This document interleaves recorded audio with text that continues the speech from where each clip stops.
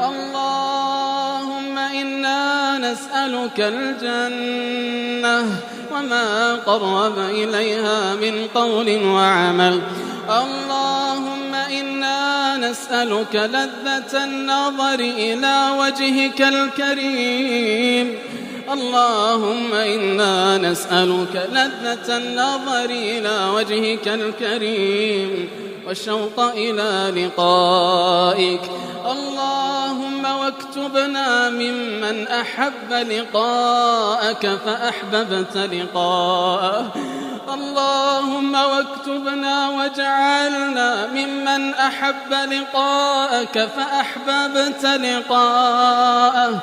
اللهم إنا نسألك الفردوس الأعلى مع النبيين والصديقين والشهداء والصالحين، حسن أولئك رفيقا.